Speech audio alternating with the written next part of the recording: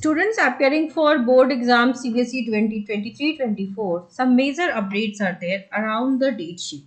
Date sheet के regarding कुछ changes आए हैं दैट यू शुड नो. आप सब कुछ चीजें तो पहले से जानते हो कि 15 फरवरी से एग्जाम शुरू है और 10 अप्रैल तक होने वाली है. ठीक है. सो आपके पास जो टाइम है, मतलब जो एग्जामिनेशन में जो डेट मिलेंगे वो 55 दिन का मिलने वाला है. तो ये अपने आप में एक सेल्फ एक्सप्लेनेटरी चीज है कि आपके पास टाइम होगा, मतलब you will be getting gaps, अच्छे खासे गैप्स होंगे. डिफरेंट मीडिया रिपोर्ट्स डिफरेंट तरह के दावे करने जा रही हैं डेट शीट के रिगार्डिंग. एक मीडिया रिपोर्ट के हिसाब से सीबीएसई जो डेट शीट अनाउंस करेगी, so it is expected to announce the date sheet by the end of the month of October. और आप सबको पता होगा कि अब हम अक्टूबर में एंटर कर चुके हैं. तो इस मीडिया रिपोर्ट के हिसाब से अक्टूबर के एंड तक आपकी डेट शीट रिलीज हो सकती है. It is important to note that board is yet to release the exact date. देखो एग्जैक्ट डेट तो 15 फेब हो जाएगा, ठीक है, लेकिन यहाँ पर होता क्या है कि मेन सब्जेक्ट के एग्जाम्स आपके नहीं होते. लैंग्वेज काइंड ऑफ जैसे लोकलाइज्ड लैंग्वेज है, मराठी, गुजराती, उस तरह के पेपर्स होंगे उस समय. मेन एग्जाम जो है ना वो मार्च से ही शुरू होगा, जो मेन पेपर्स होते हैं आपके. हालांकि जिनके वो पेपर होंगे उनके एग्जाम तो शुरू हो जाएंगे, बट मास जो होगा स्टूडेंट का, हालांकि इस बार जो स्टूडेंट्स के नंबर है, लास्ट ईयर 39 लाख गया था, इस बार एक्सपेक्टेड है उससे भी ज्यादा जाएगा. सीबीएसई का भी फोकस है एलओसी पे. जब तक list of candidate completely schools जो है वो सीबीएसई को नहीं देती है, तब तक इस डेट शीट के रिगार्डिंग सीबीएसई बात भी नहीं कर सकता, क्योंकि पहले तो इंफॉर्मेशन स्टूडेंट्स की उन तक पहुंचेगी, उसके बाद ही आगे की बातें हो सकती है. तो सीबीएसई ने अभी तक अनाउंस नहीं किया है. As per the report, students must note that board has yet to release the examination date. अभी रिलीज हुआ नहीं है and that will be officially on CBSE's website. दूसरी मीडिया रिपोर्ट भी, मतलब सारे मीडिया रिपोर्ट कयास लगा रहे हैं कि अब आपके डेट शीट इस मंथ के एंड में आ भी सकते हैं.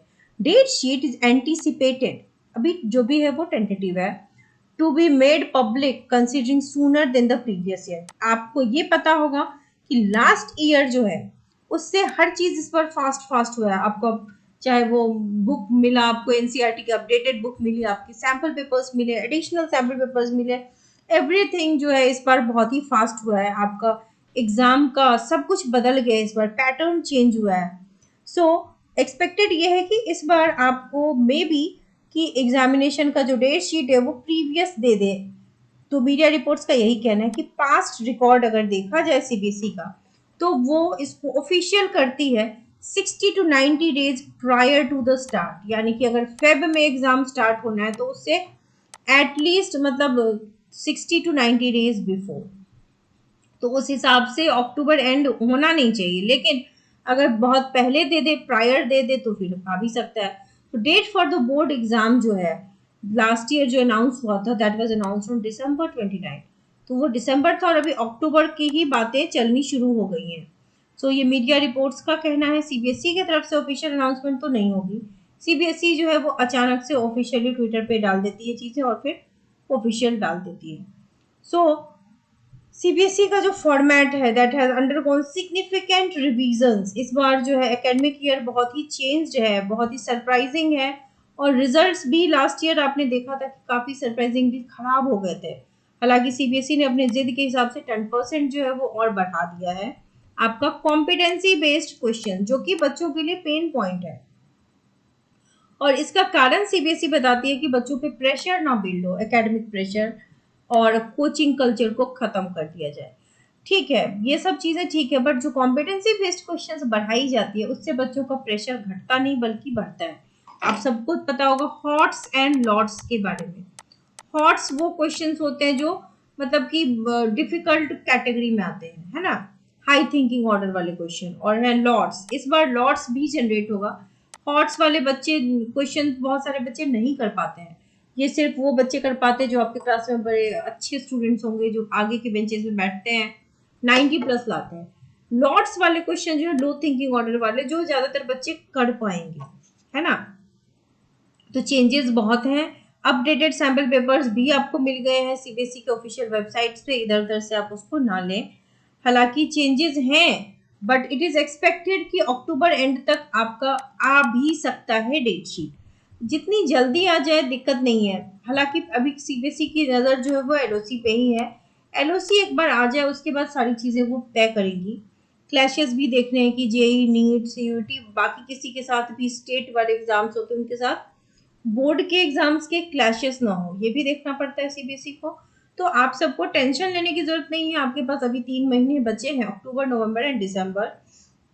डू स्टडी हार्ड, क्योंकि आपको ये पता है कि सीबीएसई ने 2022 में 10% बढ़ाया था सीबीटी, 23 में 10% बढ़ाया और 24 में 10% और बढ़ा दिया। 2023 का रिजल्ट बहुत ही खराब आया था, तो आप सबको डरने की जरूरत नहीं है, बट अवेयर होने की बिल्कुल जरूरत है।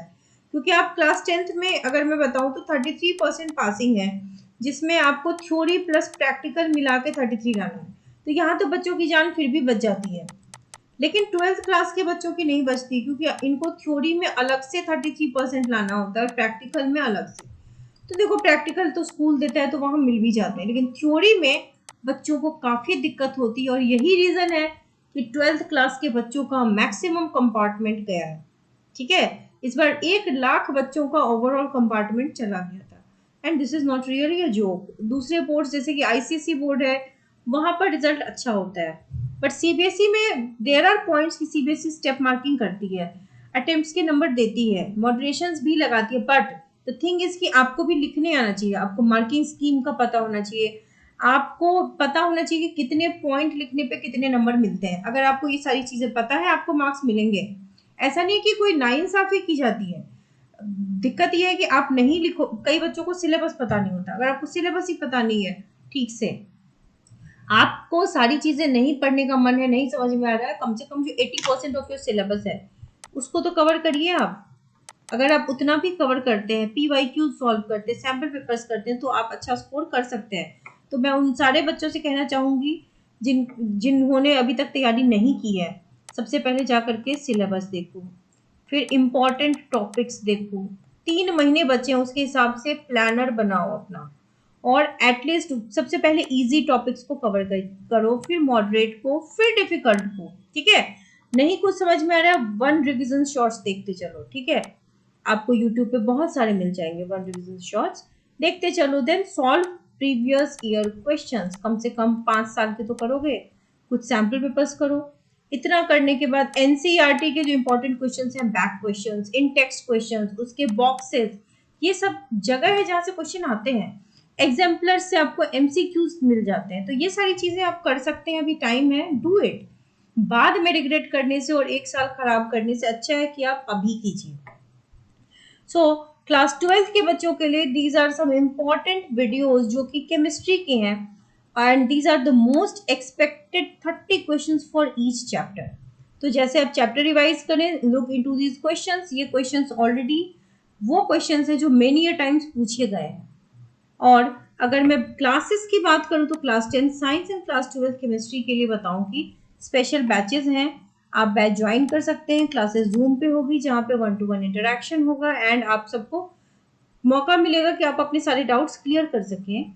यहाँ पर हम एनसीईआरटी से पढ़ते हैं, क्योंकि एनसीईआरटी इज द की जहाँ से आपको नंबर मिलते हैं और क्वेश्चंस भी उठाते हैं। हाईलाइटेड पीडीएफ आपके साथ शेयर की जाएगी, फिर इंपॉर्टेंट नोट्स, प्रैक्टिस पेपर्स दिए जाएंगे।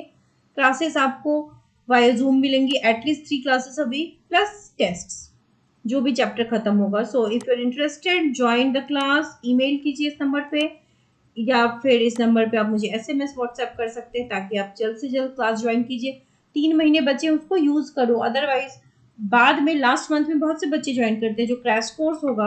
लास्ट में मैं क्रैश कोर्स भी लॉन्च करूंगी, बट क्रैश कोर्स में क्या है ना कि आपको कम टाइम मिलता है, अभी आपके पास इनफ टाइम होता है टू अंडरस्टैंड द कंटेंट।